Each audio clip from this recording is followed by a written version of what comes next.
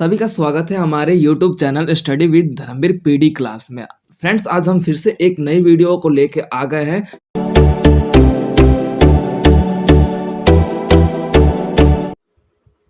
Student, तो आज की इस क्लास में हम मोस्ट इंपोर्टेंट 20 क्वेश्चन को आपके लिए लेके आए हैं, जो कि आपके फर्स्ट ईयर का कोड है BPSC 131, जो कि आपका फर्स्ट ईयर का पोल साइंस का ये कोड है, जिसके अंतर्गत हम आपके 20 मोस्ट इंपोर्टेंट क्वेश्चन आपके एग्जाम के लिए लेके आए हैं। अगर इन्हीं 20 क्वेश्चंस को आप अच्छे तरीके से कर लेते तो आपके 80+ मार्क्स लेने से आप लोगों को कोई नहीं रोक सकता।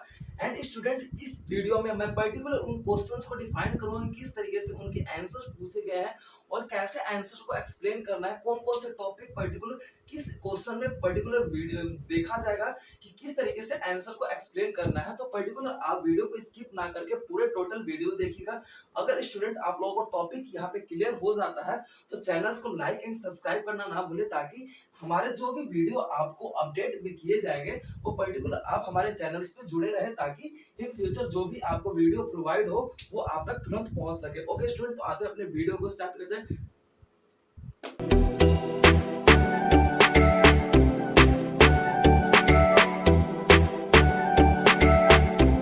स्टूडेंट, तो बात कर ली जाए आपके क्वेश्चन की, तो क्वेश्चन नंबर फर्स्ट है आपका स्वतंत्रता संबंधित मार्क्स की समीक्षा की आलोचना और व्याख्या कीजिए। यानी कि स्वतंत्रता जो शब्द है मार्क्स के अकॉर्डिंग वो किस तरीके से परिभाषित किया, जिसके अंतर्गत हम वो आपके फर्स्ट क्वेश्चन में देखेंगे। तो पर्टिकुलर ये देखेंगे कि मार्क्स जिस प्रकार से स्वतंत्रता को लेकर चल रहे थे कि नागरिक तथा समाज एक दूसरे पर डिपेंड है, एक दूसरे पर निर्भर है, आश्रित है, उस स्थिति में जो मार्क्स की व्यवस्था थी, जो देखने को मिला स्वतंत्रता के प्रति, ये देखने को मिला कि नागरिक और समाज एक साथ आगे बढ़ सकते हैं और हमारे स्वतंत्रता के आधिकारिक व्यवस्था में, जिसके अंतर्गत मानव को स्वतंत्रता जन्म से ही प्रदान हो, उस स्थिति में मार्क्स की जो ये है स्वतंत्रता संबंधित जो आलोचना है, उसके अंतर्गत हम ये देखेंगे पर्टिकुलर आपके इस आंसर को डिफाइन करेंगे। अब बात कर लेते हैं क्वेश्चन नंबर सेकंड की। तो नागरिक के प्रमुख सिद्धांतों पर अपने विचार लिखिए। यानी कि जो नागरिक है, यानी कि नागरिक शब्द जो है उसके प्रमुख सिद्धांत कौन कौन से हैं, जैसे कि उदारवादी सिद्धांत, आपके गणतंत्रवाद सिद्धांत, और आपके बोल सकते हैं पूंजीवाद सिद्धांत, सामुदायिकवाद सिद्धांत और राजनीतिकवाद सिद्धांत। इन सभी सिद्धांतों की इसमें व्याख्या हम पर्टिकुलर नागरिक के सिद्धांत में देखेंगे। तो हम बात कर लेते हैं, नॉर्मल सी बात कर लेते हैं। तो नागरिक समाज का एक हिस्सा होता है, जिसके अंतर्गत हम ये देखते हैं ये समाज में रहने वाले मनुष्य का एक संगठित रूप होता है, जिसके अंतर्गत एक नागरिक जो है पर्टिकुलर एक समाज का निर्माण करता है। ठीक है, तो वो आपका नागरिक सिद्धांत के रूप में हम यहाँ पे आपका देखेंगे, सिद्धांतों के बारे में चर्चा करेंगे। अब बात कर लेते हैं क्वेश्चन नंबर थर्ड की। तो क्वेश्चन नंबर थर्ड है लोकतंत्र से आप क्या समझते हैं, इसकी विशेषताओं पर चर्चा कीजिए। लोकतंत्र इट मीन्स कि आप बोल सकते हैं कि आपका बोल सकते हैं कि जहाँ पर लोगों का तंत्र हो, यानी कि बोल सकते हैं लोगों के द्वारा यहाँ पर शासन व्यवस्था चलाया जाता है, वो लोकतंत्र कहलाता है। जिसके अंतर्गत हम ये देखते हैं लोग जनता के लिए, जनता के द्वारा, जनता के बीच से चुना गया उम्मीदवार ही जनता के लिए कार्य कर रहा हो या फिर शासन कर रहा हो, वो आपका लोकतंत्र कहलाता है। भारत एक लोकतंत्रीय देश है या फिर लोकतांत्रिक देश है, जिसके अंतर्गत हम पूर्ण रूप से ये देखते हैं कि लोकतंत्रीय देश में उसकी विशेषता की बात कर लेते हैं तो हमें ये देखने को मिलता है कि पर्टिकुलर यहाँ पे मानव को स्वतंत्रता प्रदान की जाती है, उन्हें जन्म से ही अधिकार प्रदान किए जाते हैं, उनके अधिकारों का सम्मान किया जाता है, धर्मनिरपेक्ष वो देश होता है, पर्टिकुलर आने जाने कहीं पे भी स्थान पर अपने जीवन को यापन करने की सुविधा उन्हें प्रदान की जाती है, वो आपका लोकतंत्रीय देश बोल सकते हैं। वर्ग विभाजन आपका नहीं देखने को मिलता, वो आपका लोकतंत्र व्यवस्था का विशेषता कहलाता है। अब बात कर रहे थे क्वेश्चन नंबर फोर्थ की। तो अमर्त्य सेन द्वारा स्वतंत्रता के विषय में के रूप में उनके विचारों को प्रकट कीजिए। यानी कि अमर्त्य सेन, जैसे कि ये बात कर सकते हैं, इन्होंने स्वतंत्रता पर अपनी एक बोल सकते हैं कि पुस्तक के द्वारा परिभाषित किया कि स्वतंत्रता यानी कि मानव पूर्ण रूप से स्वतंत्र हो, किसी भी कार्य, किसी भी व्यवस्था को करने के लिए वो दूसरे पर डिपेंड ना हो या फिर आश्रित ना हो, वो आपका स्वतंत्रता के विषय के रूप में अमर्त्य सेन द्वारा आपको परिभाषित किया। जिसके अंतर्गत हमने ये देखा कि पर्टिकुलर अपनी पुस्तक में उन्होंने स्वतंत्रता के बारे में जिक्र किया कि मानव पूर्ण रूप से आपका स्वतंत्र हो, जिसके अंतर्गत आपका देखने को मिलता है कि यहाँ पे तंत्र यानी कि किसी भी व्यक्ति का तंत्र ना चला, वो स्वतंत्र हो। ठीक है, तो उसी व्यवस्था को अमर्त्य सेन के द्वारा यहाँ पर परिभाषित किया था। अब जैसे बात कर लेते हैं आपके क्वेश्चन नंबर 5 की। क्वेश्चन नंबर 5 है आपके अधिकारों से आप क्या समझते हैं, चर्चा कीजिए। अधिकारों, इट मींस राइट्स। जैसे कि भारतीय संविधान में आपको दिए गए हैं अनुच्छेद आपका देखा जाता है 14 से लेकर आपके अधिकारों के बारे में जिक्र किया जाता है कि मानव को कौन कौन से अधिकार प्राप्त है, किस किस अधिकार से उनका क्या जीवन यापन होता है। तो अधिकार जिसके अंतर्गत हम देखते हैं कि मनुष्य को एक अपने विकास को सक्षम करने के लिए, अपने विकास को बेहतर बनाने के लिए मानव को जन्म से अधिकार प्रदान है। भारत जिस प्रकार स्वतंत्र हुआ तो मानव उसी टाइम से, यानी कि भारतीय संविधान में उसी टाइम से रचा गया कि मानव को प्रत्येक भारतीय लोगों को जन्म से ही उन्हें अधिकार प्रदान है। तो वह आपका अनुच्छेद 14 में जिक्र देखने को मिलता है। तो ये आपके अधिकार के बारे में है, जो कि मानव अपने अधिकारों का प्रयोग करके अपने जीवन को सरल तथा सुगम तथा विकसित बनाने की प्रक्रिया में आगे बढ़ पाता है, वो आपके अधिकार कहलाते हैं। अब बात कर रहे थे क्वेश्चन नंबर 6 की। क्वेश्चन नंबर 6 है आपका राज्य के मार्क्सवादी सिद्धांतों पर व्याख्या कीजिए। यानी कि राज्य के मार्क्सवाद, जिसके अंतर्गत हम बोलते हैं कि मार्क्सवादी सिद्धांत, जिसके अंतर्गत राज्य की बात कर लेते हैं, तो पर्टिकुलर राज्य जिसमें एक नागरिक और एक समाज का गठन होता है, जिसके अंतर्गत एक राज्य का निर्माण देखने को मिलता है। जिसकी बात कर लीजिए, समीक्षा उनकी कर लीजिए, तो हम ये देखते हैं कि एक राज्य ही मिलकर एक राष्ट्र का निर्माण करता है। जिसके अंतर्गत मार्क्सवाद की बात कर लेते हैं, मार्क्सवाद सिद्धांत की बात कर लेते हैं, तो उनके द्वारा हमें ये देखने को मिला कि राज्य पर्टिकुलर आपके कुछ कारकों पर निर्भर करता है। जिसका अंतर्गत बात कर ली जाए तो राजनीतिक व्यवस्था में सुदृढ़ता, आपके बोल सकते हैं आर्थिक व्यवस्था में सुदृढ़ता, ये आपके राज्य के निर्माण व्यवस्था में मार्क्सवाद सिद्धांत के व्यवस्था पाई जाती है। ये आपका क्वेश्चन नंबर 6 है। अब बात कर लेते हैं क्वेश्चन नंबर 7 की। नागरिक पर टी.एच. मार्शल के विचारों पर प्रकट कीजिए। यानी कि नागरिक टीएच के द्वारा, यानी कि देखो हो सकता है कि टीएच एक विद्वान है जिनका नाम है आपका टीएच ही देखने को मिलता है। तो उनके द्वारा क्या है कि नागरिक पर मार्शल टीएच, यानी कि मार्शल टीएच उनका पूरा नाम है, उनके विचारों का प्रकट करना है कि मार्शल टीएच ने नागरिक के विचारों पर क्या शब्द प्रकट किए थे। जिसके अंतर्गत हम ये देखते हैं कि नागरिक पूर्ण रूप से एक समाज और एक राज्य का निर्माण करने में नागरिक का योगदान होता है। समाज में रह रहे लोग ही नागरिक कहलाते हैं, जिसके अंतर्गत अलग अलग जाति पात, अलग अलग वेशभूषा, अलग अलग धर्म के लोग रहकर एक समाज, एक नागरिक व्यवस्था का निर्माण करते हैं। वो आपके टीएच मार्शल के द्वारा उनके विचार प्रकट किए गए थे कि नागरिक क्या होता है और नागरिक किस प्रकार समाज का निर्माण करता है। तो वो आपका क्वेश्चन नंबर 7 है। अब बात कर लेते हैं क्वेश्चन नंबर 8 की। जेंडर शब्द, यानी कि जेंडर इट मींस बोल सकते हैं कि हमारा बोल सकते हैं कि आपका बोल सकते हैं जिसे हम सेक्स बोलते हैं, जिसके अंतर्गत आपका फीमेल और मेल आता है। इट मींस की महिला और पुरुष की बात कर लेते हैं। तो जेंडर शब्द से हमारा अभिप्राय यही होता है कि पर्टिकुलर इस शब्द का प्रयोग करते ही हमारे मस्तिष्क में, हमारे मतलब हमारे मन और हमारे मनोस्थिति में जो आपके दो शब्द प्रकट होते हैं, आपके देखा जाता है एक आपका पुरुष और एक महिला। जिसके अंतर्गत हम ये देखते हैं कि पर्टिकुलर इस शब्द की बात कर लेते हैं, तो इसमें हमें ये देखने को मिला कि मानव अपने जीवन में बेहतर करने के लिए किस प्रकार से आज महिला भी अपने व्यवस्था को आगे बढ़ा रही है, अपने इमेज, अपने स्टैंडर्ड को आगे बढ़ा रही है। उसी को हम जेंडर के रूप में आपका देखेंगे। लेकिन जेंडर के रूप में आपका ये भी देखा जाएगा कि एक जो जेंडर है महिला का और आपका पुरुष का, उन दोनों का शारीरिक बनावट भिन्न है, उनकी शारीरिक क्षमता भी भिन्न है। तो उसके बारे में भी हम बात इसी क्वेश्चन में करेंगे। अब बात कर लेते हैं क्वेश्चन नंबर 9 की। क्वेश्चन नंबर 9 है समानता के विभिन्न आयाम क्या है। ठीक है, यानी कि पहली बात तो ये कि समानता होता है, इट मींस इक्वालिटी। इसके अंतर्गत हम ये देखते हैं कि मनुष्य किसी भी व्यवस्था में अलग ना हो, सभी एक समान, इट मींस समान। ठीक है, जिसके अंतर्गत हम बात कर लेते हैं पर्टिकुलर शाब्दिक अर्थ की। तो समानता से हमारा अभिप्राय ये है कि जब मनुष्य किसी भी वेशभूषा, किसी भी जाति धर्म, किसी भी वर्ग विभाजन का रूप ना धारण करके सभी नागरिक या फिर सभी समाज के नागरिक एक समान दृष्टि में देखने को मिलते हैं, वो आपका समानता कहलाता है।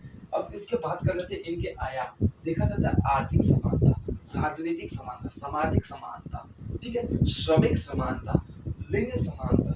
जिसके अंतर्गत हम ये देखते हैं कि हम लिंग पर अपने विवाद ना रखकर हम सभी को एक समान लेकर चले। ठीक है, तो वो आपके इन सब आयामों की बात कर लेते हैं। तो तो पर्टिकुलर नॉर्मल हम एक एग्जांपल लेकर देख सकते हैं कि आर्थिक समानता, यानी कि आर्थिक रूप में कोई व्यक्ति स्ट्रॉन्ग है, यानी कि उसकी आर्थिक स्थिति बहुत ज्यादा है, तो उस स्थिति में वो मनुष्य ये ना भूले कि जो गरीब लोग हैं उस पर वो हनन करे, उसके अधिकारों का हनन करे, उससे प्रताड़ना करे, उसे टॉर्चर करे, ठीक है, अपने मनमानी ना करे। उस स्थिति में आर्थिक समानता की व्यवस्था देखी जाती है। तो ये है समानता के आयाम। अब बात कर लेते हैं आपका क्वेश्चन नंबर 10 की। तो क्वेश्चन नंबर 10 है, नागरिक की अवधारणा का अर्थ और विकास की विवेचना कीजिए। यानी कि नागरिक की अवधारणा क्या है? नागरिकता, यानी कि नागरिकता इट मींस कि बोल सकते हैं कि किसी देश में कोई मनुष्य लंबे समय तक रह रहा हो तो वो उस देश की नागरिकता के रूप में अपना नागरिकता प्राप्त कर लेता है। इट मींस कि वो एक पर्टिकुलर उस देश का निवासी कहलाने लगता है। इसके अंतर्गत हम ये देखते हैं कि नागरिकता के रूप में और उसकी अवधारणा की बात कर ली जाए तो नागरिकता मनुष्य को जन्म से भी प्राप्त होता है, लंबे समय से रहकर उस क्षेत्र में किसी अच्छे कार्य में लगकर भी, अगर 10 साल की बात कर लेते हैं तो 10 साल तक कोई व्यक्ति भारत में रह लेता है तो उसे भारत की नागरिकता प्राप्त हो जाती है। जन्म से ही वो आपका बोल सकते हो कि जन्म उसका भारत में हुआ हो, उसके माता पिता भारतीय हो, तो उस स्थिति में भी जन्म से ही वो भारत का नागरिकता उसे प्राप्त हो जाता है। तो ये आपकी उसकी अवधारणा है। इसके अंतर्गत हमें ये बताना है कि एक पर्टिकुलर मानव है उससे नागरिकता किस प्रकार से प्राप्त होती है। अब उसके विकास पर्टिकुलर हमें ये देखने को मिलता है कि जैसे जैसे समय बीतता गया है, हमारा आधुनिक काल, हमारा जिसमें आधुनिक यानी कि डेवलपमेंट आता गया है, तो मनुष्य एक स्थान से दूसरे स्थान पर अपने विकास तथा अपने रोजगार के लिए विदेशी यात्रा कर रहा है तथा विदेशों में जाकर बस रहा है। उस स्थिति में ये इसका विकास स्तर है ना धीरे धीरे डेवलप होता जा रहा है। धीरे धीरे मानव एक स्थान से दूसरे स्थान पर दूसरे देश की नागरिकता प्राप्त करके वहां पे पर्टिकुलर उस देश के निवासी बनने के लिए प्रोत्साहित है और या फिर बढ़ रहे हैं। तो उसकी विकास हमें देखने को मिला कि आधुनिक काल में प्रचंड रूप में आपकी इसकी स्थिति देखने को मिलती है कि पर्टिकुलर एक मानव अपने शिक्षा, अपने रोजगार, अपने व्यवसाय के क्षेत्र के कारण वो दूसरे देश की नागरिकता प्राप्त करके उसी देश में सेटल हो जाता है। ठीक है, तो वो आपके ये विकास आ जाते हैं। ठीक है, अब उसके बाद क्वेश्चन नंबर 11 की बात कर लेते हैं, जो आपका लास्ट क्वेश्चन है। राज्य और नागरिकता के बीच, राज्य और नागरिक के बीच संबंधों की व्याख्या करें। यानी कि जो राज्य है और नागरिक है, पर्टिकुलर ये आपको पता होना चाहिए, जैसे कि मैंने आपको ऊपर भी क्वेश्चन में बता दिया कि नागरिक ही मिलकर एक राज्य का निर्माण करते हैं। ठीक है, अगर नागरिक ना हो तो राज्य निर्मित नहीं हो सकता। ठीक है, तो ये एक दूसरे पर काफी आश्रित है, एक दूसरे पर काफी निर्भर है। ठीक है, तो बात कर लेते हैं नागरिक की, जिसके अंतर्गत आपका देखने को मिलता है कि नागरिक, अगर ये देखने को मिलता है कि नागरिक ही एक राज्य का निर्माण करता है और नागरिक में अलग अलग मतलब एक राज्य में अलग अलग नागरिक प्रकार के मतलब नागरिक पाए जाते हैं, जैसे कि वो जाति धर्म से भी अलग हो, वेशभूषा से भी अलग हो, भाषा से भी अलग हो, उनके खान पान, उनके बिहेवियर, उनकी थिंकिंग से भी अलग हो, तब भी जाके एक जो नागरिक है ना, अलग अलग नागरिक एक राज्य का निर्माण करने में योगदान निभाते हैं। तो ये इन्हीं के बीच का संबंध है, ताकि ये एक दूसरे पर हम देख सकते हैं कि ये निर्भर है। ठीक है, तो क्वेश्चन नंबर 12 है आपकी राजनीतिक सिद्धांत के प्रमुख दृष्टिकोण पर चर्चा कीजिए। यानी कि जो राजनीतिक सिद्धांत है उसके प्रमुख दृष्टिकोण पर चर्चा करना है कि राजनीति जो है पूर्णतः आपका देखने को मिलता है कि जिस प्रकार से पॉलिटिशियन व्यवस्था, नीति व्यवस्था, शासन व्यवस्था, आगे कानून बनाते हैं, नीति व्यवस्था बनाती है, जो भी आपके देखने को मिलता है किसी क्षेत्र में लागू करती है, तो उसके सिद्धांतों पर अपने दृष्टिकोण के रूप में देखने को मिलेगा, उसके ऊपर में चर्चा करेंगे। तो अब बात कर लेते हैं क्वेश्चन नंबर आपका 13 है। क्वेश्चन नंबर 13 है, आर्थिक विकास और आर्थिक उन्नति में क्या अंतर है। यानी कि देखो फ्रेंड्स, ये बहुत सिंपल क्वेश्चन है, आप लोगों को पता होगा कि आर्थिक विकास क्या होता है। इट मींस देखा जाए तो आर्थिक विकास से हमारा अभिप्राय ये हो जाता है कि जब किसी क्षेत्र का आर्थिक रूप में यानी कि इकोनॉमिकल डेवलपमेंट यानी कि पैसे के रूप में, धन दौलत के रूप में विकास हो रहा हो, तो वो आपका आर्थिक विकास के अंतर्गत देखा जाता है। लेकिन आर्थिक उन्नति इट मीन्स कि ये देखने को मिलता है कि जब मनुष्य किसी क्षेत्र में रह रहा है, उस मनुष्य के व्यवस्थाओं में प्रगति हो रहा है। इट मीन्स कि मनुष्य पहले शिक्षित नहीं था, लेकिन अब धीरे धीरे शिक्षित हो रहा है, तो वो आर्थिक उन्नति यानी उन्नति हो रहा है और धीरे धीरे वो क्या है, अर्थव्यवस्था के बढ़ाने यानी कि आर्थिक व्यवस्था को बढ़ाने के लिए क्या कर रहा है भाई, वो उद्योगों से जुड़ रहा है या फिर कार्य कर रहा है, तो वो आपकी आर्थिक उन्नति कहलाती है। और आर्थिक व्यवस्था पर्टिकुलर एक क्षेत्र को दर्शाता है, लेकिन आर्थिक उन्नति एक मनुष्य को दर्शाने का काम करता है। तो ये है इन दोनों के बीच डिफरेंट। तो अब बात कर लेते हैं मानवाधिकार पर, टिप्पणी कीजिए। मानवाधिकार जिसके अंतर्गत आपका देखा जाता है हॉब्स, आपके जॉन लॉक आ गए, आपके ये जितने भी बोलो दार्शनिक थे जिन्होंने मानवाधिकार के रूप में बताया कि मानव का जो जन्म से ही उसके स्वतंत्रता, उनके अधिकारों की व्यवस्था होनी चाहिए। तो जॉन लॉक, आपके हॉब्स और इन जैसे विचारकों ने यहाँ पे मानवाधिकार का जिक्र करते हुए मानव को जन्म से ही अधिकार देने का व्यवस्था को आगे बढ़ाया। तो ये क्वेश्चन नंबर आपका 14 है। आप क्वेश्चन नंबर 15 की बात कर लेते हैं।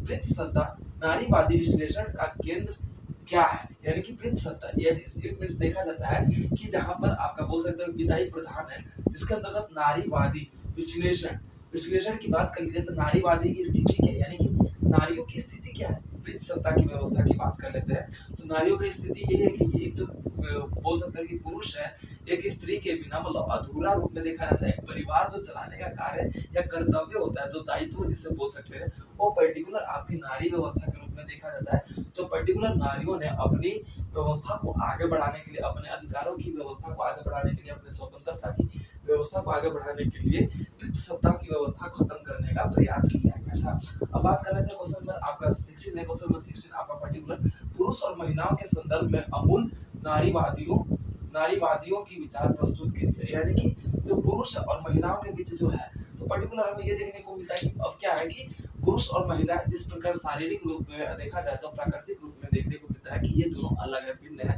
इन दोनों की शारीरिक बनावट पूरी तरह से भिन्न है, लेकिन इनकी क्षमताओं की भी व्यवस्था बात कर ली जाए, लेकिन अब क्या है, महिला और पुरुष को सम्मान या अधिकार देने का व्यवस्था यहाँ पर देखने को मिलता है, जो कि नारी को एक सम्मान पूर्वक जीवन जीने की व्यवस्था की बात यहाँ पर देखने को मिलेगी। अब बात कर लेते हैं क्वेश्चन नंबर आपका 17 है। क्वेश्चन नंबर 17 आपकी राजनीति के महत्वपूर्ण प्रकृति पर चर्चा कीजिए, यानी कि जो राजनीति है उसका महत्वपूर्ण प्रकृति क्या है, जिसके अंतर्गत आपका देखा जाता है राजनीति क्षेत्र की व्यवस्था देखने को मिलता है कि जो एक सत्ताधारू व्यवस्था चलाता है, यानी कि राजनीति क्या है, सत्ताधारू व्यवस्था चलाता है, ठीक है, चुनावी व्यवस्था पर कार्य करता है, ठीक है, राजनीति व्यवस्था का निर्माण करता है, नीति व्यवस्था का निर्माण करता है, तो उसकी ये प्रकृति है, तो उसके बारे में हमें चर्चा करना है, जिसके अंतर्गत हम राजनीति के बारे में बताएंगे और उनकी प्रकृति के बारे में बताएंगे। अब क्वेश्चन नंबर 18 की बात कर लेते हैं। सेंसरशिप शब्द से को परिभाषित कीजिए। सेंसरशिप शब्द आपका देखने को पर्टिकुलर ये देखने को मिलता है स्टूडेंट कि जो सेंसरशिप होता है, जो पर्टिकुलर आपका मनुष्य की जनगणना के रूप में देखा जाता है, या फिर मनुष्य की प्रगति और मनुष्य की जन्म स्थिति के रूप में देखा जाता है कि मनुष्य की जन्म है कहाँ से कहाँ तक, उनका जो विकास है, विकास स्तर देखने को मिला। सेंसरशिप जनगणना के रूप में देखा जाता है कि मनुष्य में कितनी स्त्री कितनी महिला के रूप में देखने को मिलता है। तो ये आप पर्टिकुलर 18 क्वेश्चन में देखेंगे। अब बात कर लेते हैं क्वेश्चन नंबर 19। क्वेश्चन नंबर 19 में आपका है शक्ति से आप क्या समझते हैं, राजनीति में इसका क्या महत्व है। इट मींस शक्ति, इट मींस बोल सकते हैं पावर की बात कर लेते हैं तो राजनीति व्यवस्था में ये देखने को मिलता है कि शक्ति बहुत महत्वपूर्ण करता है।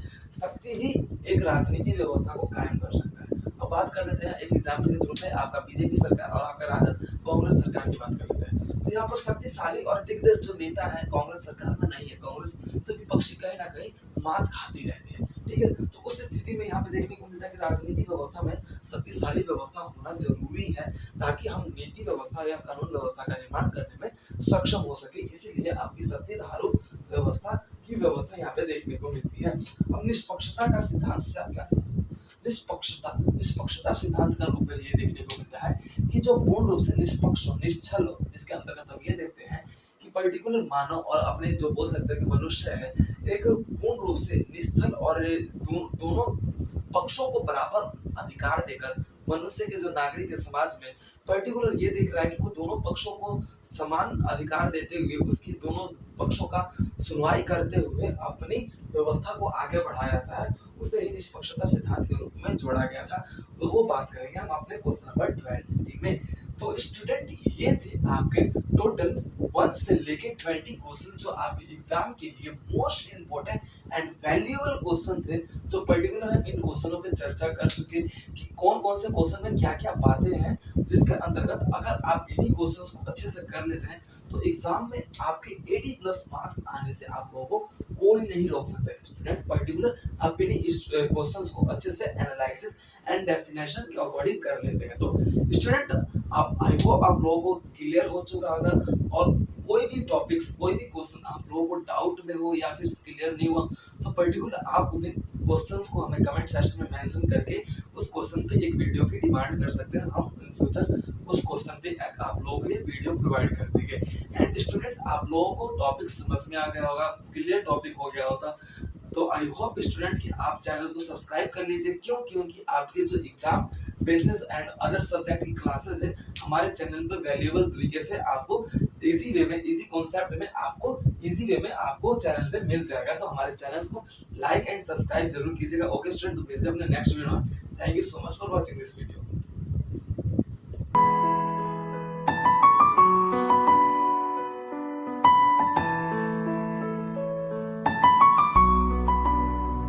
तो वीडियो को like, comment, share and subscribe करना ना भूलें।